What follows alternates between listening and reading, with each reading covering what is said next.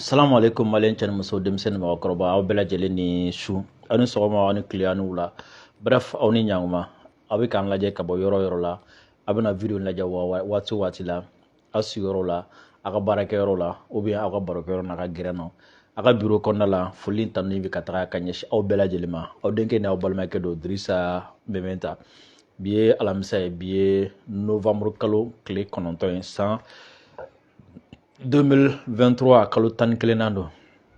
biye o clé kononton ama nyina fe video ka partager ko soba ka cari sawla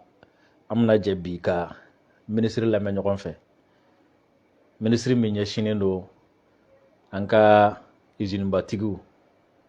ani anka jago ministre mi ñeshinen do ma ay la seli doke la seli noko na la men nisrana ngumba kalambe ka je ka lam ñokon fe Quran ministre ta ko fe o ka kuma ko fe femiye jago kala ka ministre ale fana kuma na nisrana ngamba kalamba lam ñokon fe wala sa me ñokon blasra inshallah o temelen ko fe ka boy femme nga fintigla ko no armée merci femme nga fintigla ko no armée olu fana communiquer kangaran do kebi armée communiqué do kebi communiqué mi na kono ka du na koro ka du communiqué mi amanja nga kono kuma ka cha communiqué mi amanja de men ya kala e bi se ka livre kelen kono kuma bo akonna la kidal koka ni ala sona mo communiqué fana be ami dakunya fla fo fana ka inshallah wala ni wati ma anta antege ma peut-être nan sera kan nega juru labla mi ye gadiga dona téléphone no ka dakunya fla fo la vidéo amani na fa ka partager ko sobe parce que fo awye vidéo be signaler ko sobe abe signaler ko sobe de page signaler le no vidéo be ka signaler ko sobe donc le fait ka ba partager ka commentaire man chama bla be ka sababu ka page sama ka bo jugu bolo be ka sababu ka page ka visibilité segi ama o la vidéo aya partager kosobe aya partager kosobe ay vidéo partager kosobe Cherif Tiami Haidara kabako furatigi tension diabète furudimi impuissance sexuelle bana wɛrɛ mana kɛ aw la bana min ni aw ma ɲɛ sɔrɔ a la aw ma fura sɔrɔ a la aw sɛgɛnna taa ni ka segi la ay ni numéro in wele 70 08 04 08 bilonfla fu ani sheki fu ani nani fu ani sheki na ni wele ani Cherif ka mɔgɔ bɛ ɲɔgɔn sɔrɔ n'o fɔ ngo ma fɔ nga bɛ ala deli baarage ka di mɔgɔ ma fɔ nga bɛ garijɛgɛ fura di mɔgɔ ma fɔ a bɛ cɛ minɛ ka di ma a bɛ muso minɛ ka di ma fɔ a bɛ kɛ faama ye ma fɔ a bɛ se ka dɔ fara i si fana kan nga paracetamol bɛ mɔgɔ furakɛ cogo min na pikiri bɛ mɔgɔ furakɛ cogo min na sérum bɛ mɔgɔ furakɛ cogo min na ala ye o furakɛ cogo fana nɔgɔya yiri fana na dɔw b'o yiri dɔn o dɔnbaga caman b'an fɛ yan Mali la yan Cherif ye olu dɔ ye o kuma n'a y'a wele gɛlɛya min bɛ aw kan gɛlɛya in a na se ka fura sɔrɔ a la Maliyɛnw an bɛ taga sisan an bɛ ministre de l'industrie ou bien du commerce ne ma fili ou bien ministre du commerce et de l'industrie de toute façon ministre min do a ɲɛsinen do an ka jagokɛlaw ma dun ka fa bɛ se ka sabati cogo di commerçant bɛ lafiya cogo di walasa anw bɛ se ka sanni kɛ sugu kɔnɔfɛnw o prix kana se ka yɛlɛ ka kɛɲɛ kɛ ale ɲɛsinen b'o a kumana bi kuma in a ye ne siran dɛ a ye vidéo partage an ka jɛ ka kuma in lamɛn ɲɔgɔn fɛ a ye vidéo partage an ka jɛ ka kuma in lamɛn ɲɔgɔn fɛ an ka ministre ka kuma lamɛn an ka ministre ka kuma lamɛn vidéo y'a partage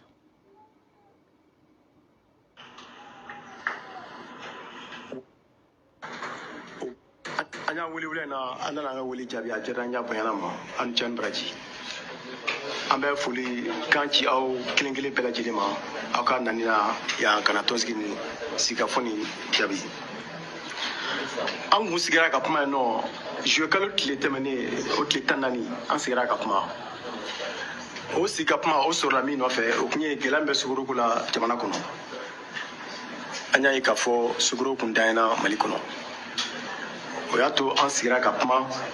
ka waleya dɔw bila sen kan o waleyaw senfɛ an y'a fɔ n ko ni ala sɔnna ma an ni aw bɛna jɛ ka baara dɔ boloda o baara boloda an bɛnna kan k'a fɔ jamana ɲɛmɔgɔw sɔnna n'a ye u jɛnna n'a ye an ka baara min boloda o ye ka na tɔni 100,000 sugaro la ka na n'o ye mali kɔnɔ. donc ni aw ye kuma faamu nin ye kuma daminɛ maintenant pour que aw ka faamu kosɛbɛ ministre yani ni ɲɔgɔn ye cɛ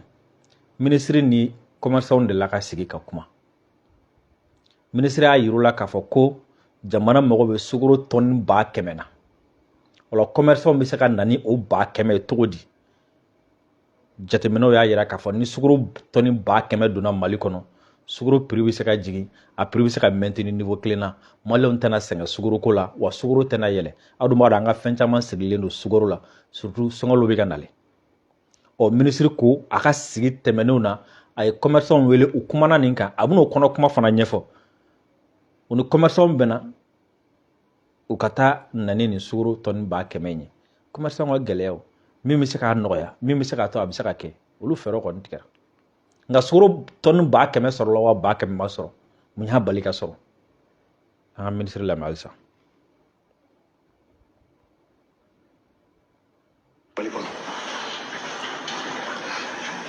ayiwa nɔgɔya sira min bɛ don o kɔrɔ k'o fana fɔ ɲɔgɔn ye min b'a to a ko bɛ nɔgɔya aw ma an tun ye ladu ta fana k'a fɔ ni o kɛra ni kunnafoni min bɔra la an bɛna sigi k'o da jira ɲɔgɔn na o de y'a to an y'o baara kɛ ka se bi ma donc an bɛ se ka min fɔ o 100,000 min n'an kun bɛnn'o kan nka aw ka taa o sugaro ta jamana kɔfɛ ka na n'a ye ani nɔgɔya sira min kan ka k'a la o baara o kuru sera siɲɛ kan donc an y'a wele bi an ka sigi ka kuma gɛlɛya min bɔra la nɔgɔya min bɔra la an ka se k'o da jira ɲɔgɔn na. donc kɛnɛ ye jumɛn commerçants welela k'a fɔ ko mali mago bɛ sugaro tɔni 100,000 na commerçants ni ministre kumana u ni ɲɛmɔgɔw kumana tɔni 100,000 bɛ se ka na cogo di commerçants mago bɛ nɔgɔya jumɛn na min b'a to tɔni 100,000 min na mun de bɛ se ka kɛ pour que o bɛ na n'a ye o nɔgɔyaw kɛra ɔ bi sigi kun ye jumɛn o nɔgɔyaw bɛɛ kɛlen kɔfɛ ɔ bi an kana sigi k'a lajɛ sisan n'a sɔrɔ ni tɔni 100,000 sɔrɔ n'a ma sɔrɔ mun y'a bali ka sɔrɔ an ka taa fɛ. an bɛ se ka min fɔ o ye k'a fɔ an y'o baara min boloda anw ye waleya dɔw bila sen kan an ka minisiriso ka hakɛ la min b'a to o tɔni 100,000 min kan ka na sugaro la an bɛ se ka kɔlɔsiliw k'a sera la cogo min na an bɛ se ka a perepere tigɛ cogo min na an bɛ se k'a sɛgɛsɛgɛ cogo min na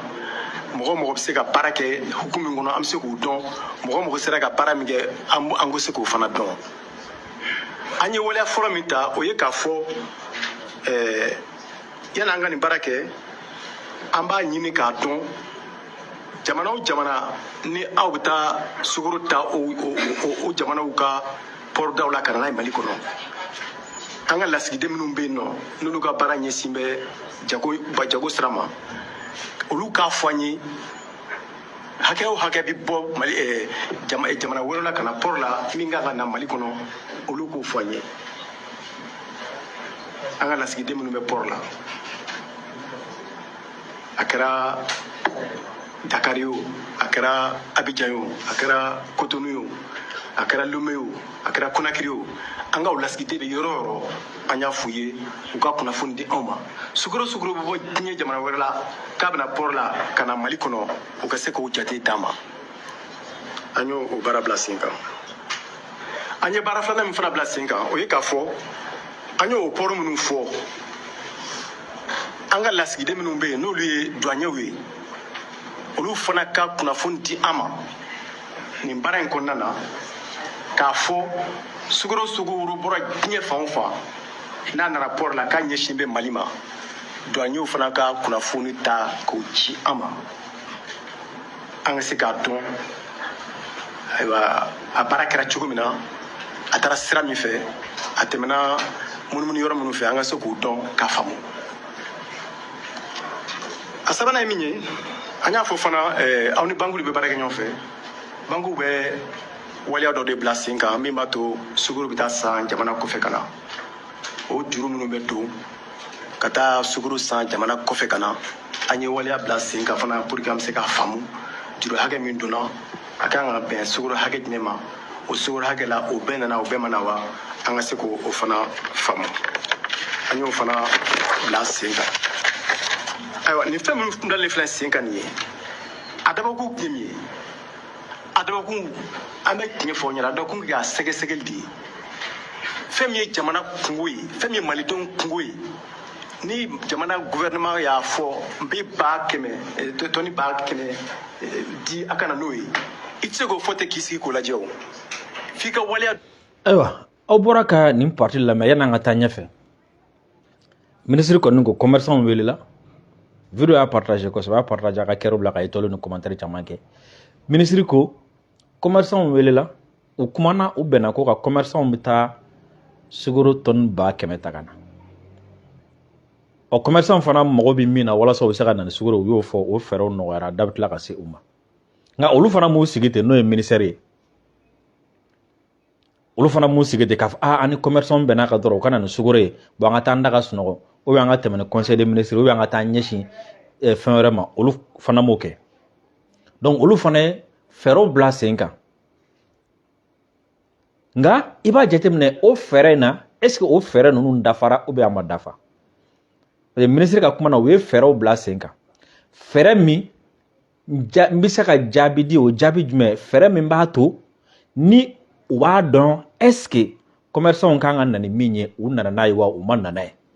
est-ce que commerçants taara min ɲini u y'a bɛɛ sɔrɔ wa u m'a bɛɛ sɔrɔ est-ce que commerçants nana ni min ye u y'a bɛɛ feere wa u m'a bɛɛ feere est-ce que mɔgɔ minnu nana papier ta est-ce que a bɛɛ yɛrɛ taara doni ta wa donc olu ye fɛɛrɛw de bila sen kan fɛɛrɛ min b'a to u bɛ bɔ a kalama ni commerçants minnu ye janfa kɛ u bɛ bɔ a kalama ni commerce ko fɔra cogo min na ni commerçants m'a kɛ a kɛcogo la olu bɛ bɔ a kalama nka fɛɛrɛ filanan min tun bɛ yen peut-être ni hakili ma t'o la peut-être ni o ma ta ni o wolola nin na ne bɛ se k'a fɔ o ye jumɛn o fɛɛrɛ filanan tun kan ka kɛ jumɛn u bɛ fɛɛrɛ ministre tun bɛ fɛɛrɛ ta waati min na k'a dɔn ko commerçants kana se k'an tromper cogo si o waati kelen ministre tun kan ka fɛɛrɛ dɔ ta min b'a to na o y'an tromper dɔrɔn an bɛ nin k'a fura ye plutôt comment dire la ministre tun kan ka ministre ye fɛɛrɛ ta min b'a to n'an trompera an bɛ bɔ a kalama i m'a faamu wa o de fɛɛrɛ ta n'an trompera commerçants fɛ an bɛ bɔ a kalama mais fɛɛrɛ filanan min tun bɛ min kan ka fara a kan o ye jumɛn mun bɛ se ka u bali ka an tromper parce que fɛɛrɛ min taara o ye comment est-ce que n'u y'an tromper an bɛ bɔ a kalama an bɛ ko bɛɛ ɲɛdɔn mais fɛɛrɛ min b'a jɛ o ye an bɛ se ka mun de kɛ mun b'u bali ka an tromper o fɛɛrɛ de y'a jɛ peut-être n'o fɛɛrɛ kun farala u ka fɛɛrɛba in kan parce que commerçants y'u cun mais bɔ kɛra a kalama ministère la mais n'a sɔrɔ ni fɛɛrɛ dɔ tun bɛ yen min tun bɛ se k'a to ni sɔmi kɛra la ko commerçants minnu cun yɔrɔnin bɛɛ o plan B bref ni plan B tun bɛ yen bi bi in na tɔni hakɛ min kun ko fɔra o tun bɛ se ka sɔrɔ mais plan A tun ye jumɛn ka méthode bila sen kan ka baara kɛ ka fɛɛrɛw bila sen kan min b'a to n'u y'an janfa an bɛ bɔ a kalama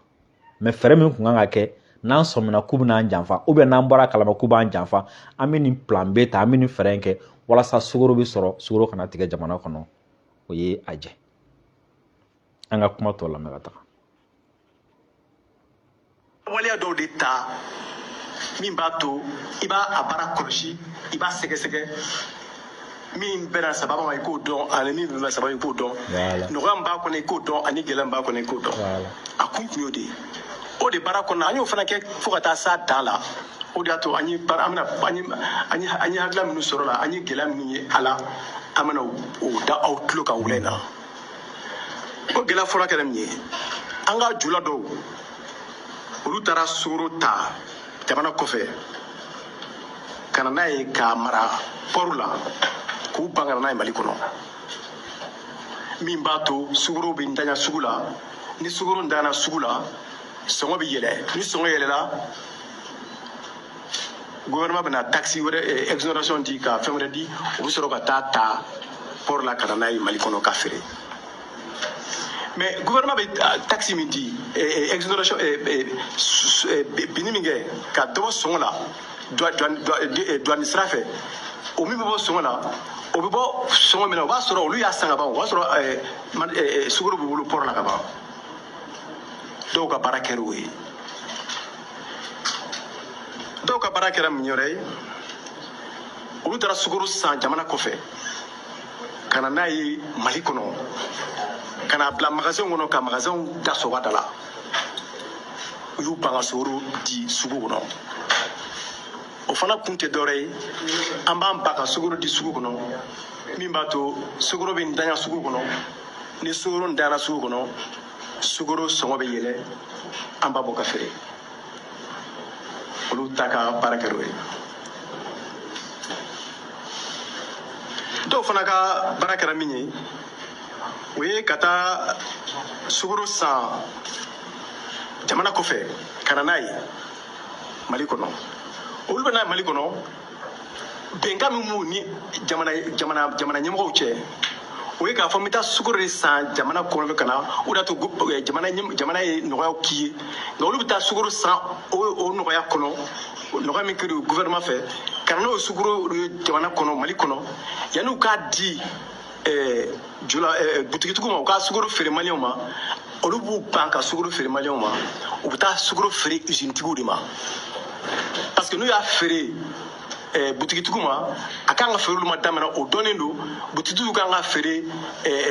jamana kɔnɔdenw ma daminɛ o da fana dɔnnen don mais n'u dun y'a feere usine tigiw ma daw da ka di ye u bɛ se k'o fɔ da sigilen t'o la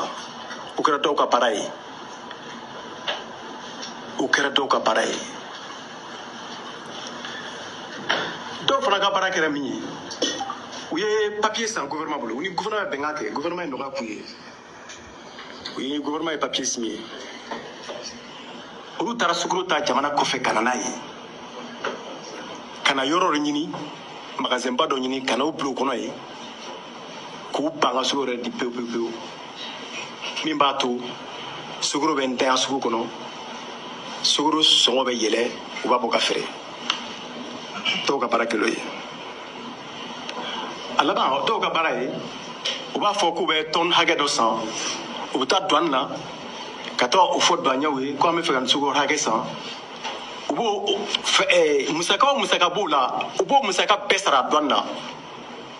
n'u y'o musaka bɛɛ sara douane na u bɛna n'u y'a fɔ k'u bɛna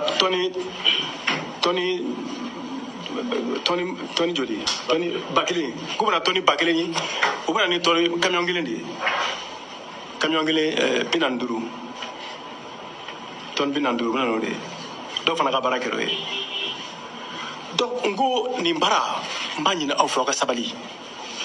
n'a fɔra mɔgɔ ma ka sabali dɛ n'a fɔra mɔgɔ ma i ka. Ayiwa video y'a partage kosɛbɛ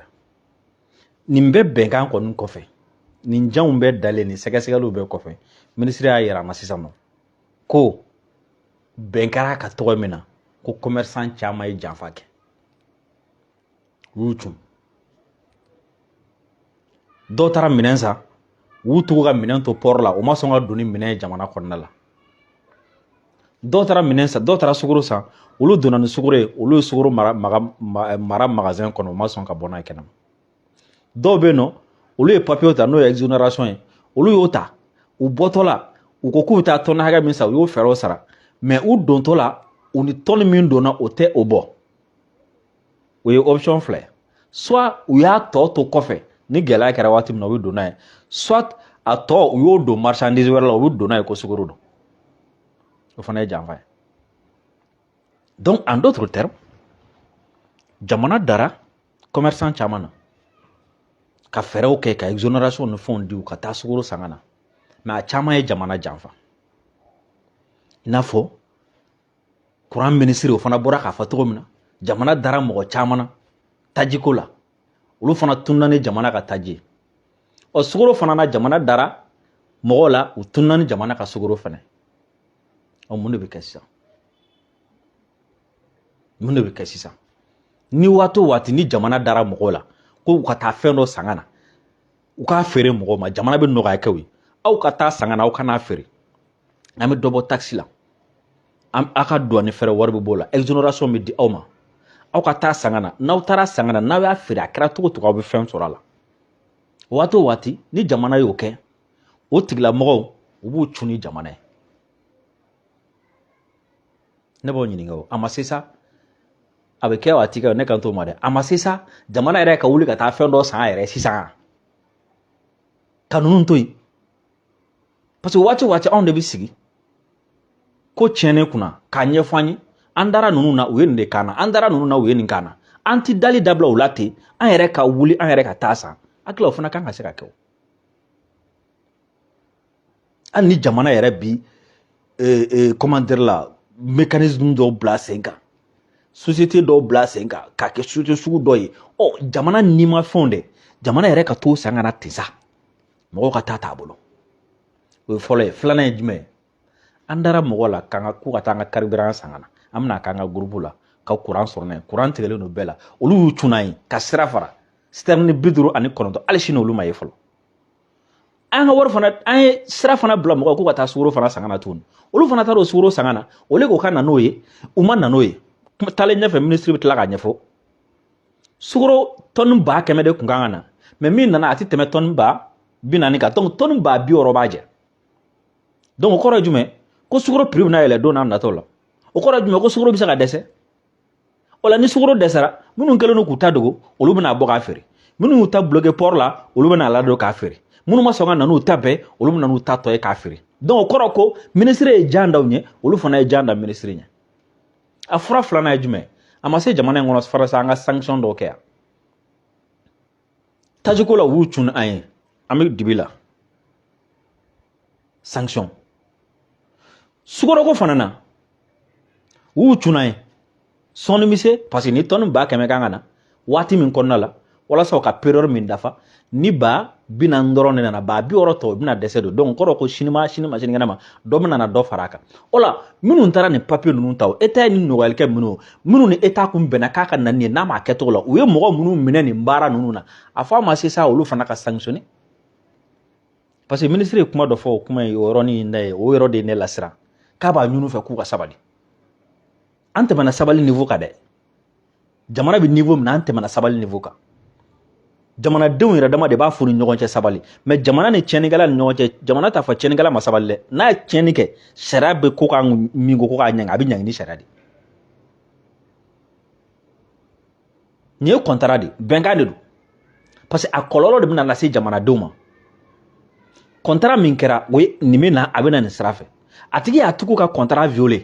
a ka obligation a m'a dafa a m'a se a seyɔrɔ la a tɛ fɔ k'a ka sabali dɛ ayi min dira ma o bɛ minɛ a la fɔlɔ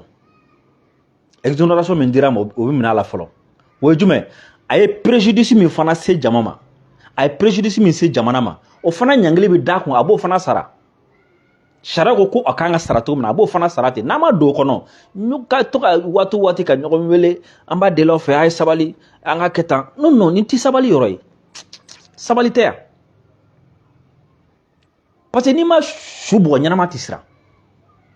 n'i ma su bugɔ ɲɛnama tɛ siran dɛ anw b'a fɔ a ye taa nin kɛ anw bɛ janfa an b'a fɔ a ye taa nin kɛ an bɛ janfa n'o janfa sera niveau dɔ la ni gosili ma kɛ fura tɛ sɔrɔ a la dɛ solution belebeleba depuis transition daminɛ fo bi ne kɔni ne bɛ k'a fɔ o ye jumɛn bibi in na commerçant caman bɛ yen o ye fanga tɛmɛlenw ka commerçant ye dɛ commerçant caman bɛ yen olu bɛ ka baara kɛ ni fanga tɛmɛlen mɔgɔ caman ka wariw ye dɛ commerçant caman bɛ yen olu bɛ ka baara kɛ ni mɔgɔ bolilenw ka wariw ye dɛ commerçant caman bɛ yen olu bɛ mɔgɔ bolilenw ka partout la dɛ commerçant caman bɛ yen olu bɛ ka baara kɛ ni mɔgɔ bolilen dɔw ka yamaruya ye dɛ n'an y'an jigi da o commerçant kelenw kan ka an ni olu ka mentor to kɛlɛ la n'an y'an jigi da o commerçant kelenw kan ka olu ka mentor to fuite la n'an y'an jigi da o commerçant kelenw kan ka mandat d'arrêt to o comment dire olu ka mentor kan n'an y'an jigi da o commerçant kelenw kan k'a sɔrɔ an n'olu ka mentor bɛ kɛlɛ la a cunni ko kuma tɛ ban dɛ an bɛ ɲinan san bɛɛ ban k'an cunni ɲɔgɔn ye ka san wɛrɛ bɛɛ ban k'an cunni ɲɔgɔn ye o de la aw b'a jateminɛ depuis Alpha Clé fo bi ni tse ka bɛrɛ fɔ Musa Kile la mais depuis Alpha Kile fo bi a b'a ye bɛ ni fanga fɛn nana o fanga b'a ka opérateur économique créer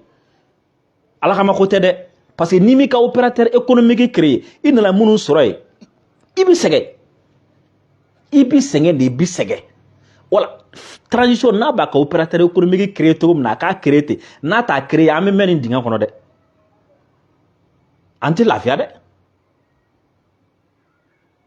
an tɛ lafiya dɛ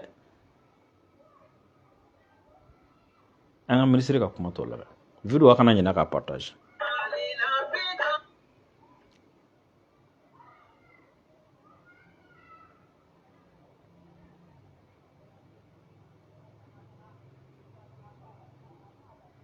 n'a fɔra maa o maa ma i ka sabali o kɔrɔ ko si dɔ de b'i ye quoi. sabali le t'a la o se t'u ye o se t'u ye koyi sabali t'a la i b'a kɛ ou bien a bɛ minɛ a bɛ di mɔgɔ wɛrɛ ma n'i m'a kɛ ka ɲɛ i tunu yɔrɔ min na sariya kan ka ɲangili min kɛ o de bɛ kɛ nka ka mɔgɔw lasigi k'a f'u ye u ye nin bɛɛ kɛ jamana na ka tila k'a f'u ye k'u ka sabali. se tɛ maa o maa ye i tɛ se foyi la i tɛ se ka foyi kɛ a tɛ fɛn min i ka sabali a fɔ mɔgɔ i ka sabali jo de kan quoi i bɛ se ko min na a bɛ f'i ka sabali de kan o de ye sabali o n bɛ se ka nin kɛ a sɛbɛn ye mais n b'a to kun dɔ kama walima n b'a to sababu dɔ kama o de ye sabali. an t'a f'i ka sabali dɛ an b'a f'i ye ɲangili de filɛ sanction de filɛ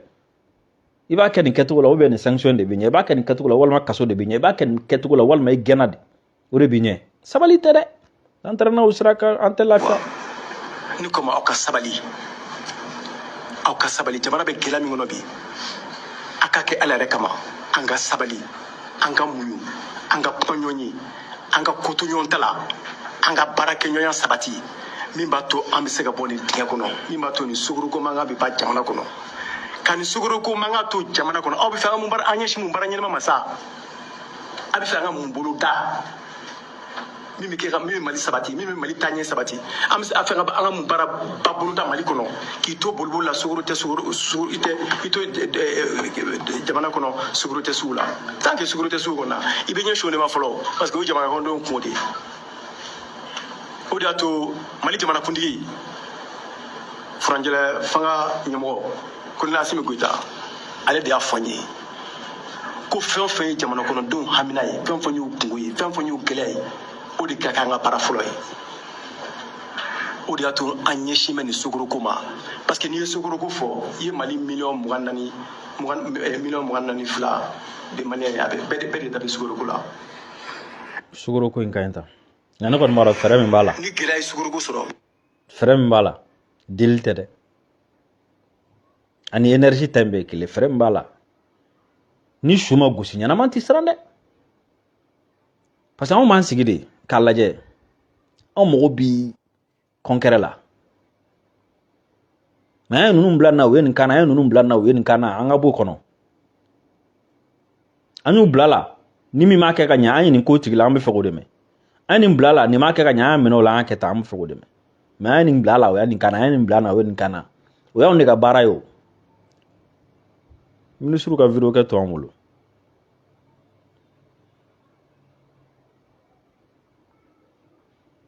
an bɛ taga Kidali video y'a partage an bɛ ka surunya an ka émission kuncɛyɔrɔ la an bɛ taga Kidali fɛn min ye armée ye u ye communiqué kɛ o ko cogo di dans la poursuite de sa mission régalienne de sauvegarde de l'intégrité territoriale du Mali les FAMA ont entrepris ce jeudi 9 novembre 2023 des mouvements stratégiques dans le but de sécuriser et d'éradiquer toute menace terroriste dans la région de Kidal. Ces interventions, nous tenons à le souligner, s'effectuent dans le strict respect des droits de l'homme. La mission principale des FAMA est de restaurer la paix et la stabilité au Mali, afin que nos concitoyens qui n'aspirent qu'à la paix puissent y vivre en toute sécurité. Nous demandons par conséquent à la population de ne céder ni à la panique, ni à la propagande des terroristes, et les invitons à suivre les instructions des forces armées maliennes dont la détermination est sans équivoque. Nous vous tiendrons régulièrement informés des développements et des progrès réalisés dans cette opération de sécurisation et de lutte contre les groupes armés terroristes. armée ko k'u ka malien bɛɛ lajɛlen ladɔnniya jamana kɔnɔ ani jamana kɔ kan mɔgɔ bɛ Mali fɛ mɔgɔ haminen don Mali la armée ko k'o k'i ladɔnniya k'a fɔ ko bi alamisa n'o ye novembre kalo tile 9 ye k'u ye kɛlɛ fɛrɛman dɔw kɛlɛ kolo gɛlɛn dɔw k'u y'a da don Kidali mara kɔnɔna la kɛlɛ minnu don ni kɛlɛ kɛrɛnkɛrɛnnenw don ni kun jɔnjɔnw b'a la ni laɲini jɔnjɔnw b'a la wa kɛlɛ fɛrɛman dɔw k'u y'o kun don bi Kidali mara kɔnɔna la wa ko a wulikajɔ ninnu kun ye jumɛn ko a dabɔra de walasa ka na ni lakana ye Kidali région kɔnɔna la o lakana kɔfɛ ko a dabɔra de u ye wulikajɔ min daminɛ bi Kidali ko a dabɔra de walasa ko ka terrorisme ko k'a sila tunu ka bɔ Kidali région kɔnɔ c'est à dire don n'a nataw la terrorisme ko kuma yɛrɛ kana mɛn kulo yɛrɛ la fiyewu o de y'a kun ye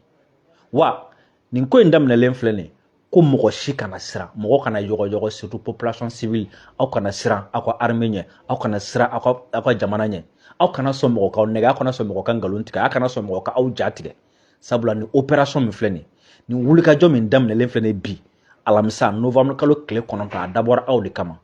a dabɔra walasa ka aw la kɔlɔsi de ka aw lakana ko fɛn min an ka finitigilakaw ye baara mun b'u la ci kɛrɛnkɛrɛnnen mun b'u la bilakun kelen mun b'u la o ye jumɛn o ye ka baara de kɛ walasa ka bɛn sabati jamana kɔnɔna la ani ka na ni basigi ye jamana kɔnɔna la jamanadenw tɛ foyi ɲinina ni o tɛ ɔ ko de la k'u b'a ɲini mɔgɔ si kana siran mɔgɔ kana yɔgɔyɔgɔ ko bɛɛ k'i hakili to a la fɛnɛ nin wulikajɔ min daminɛnen filɛ bi Kidali ko a wulikajɔ ni ko bɔra a la waati o waati don n'a nataw la ni ko bɔra a la armée ko a bɛna maliyɛnw kunnafoniya la a kɛlɛ kɛra cogo min na k'u bɛna kunnafoniya la fɛn o fɛn bɔra a la k'u b'an kunnafoniya la ni Ala sɔnna a ma nin communiqué kɛra bi armée fɛ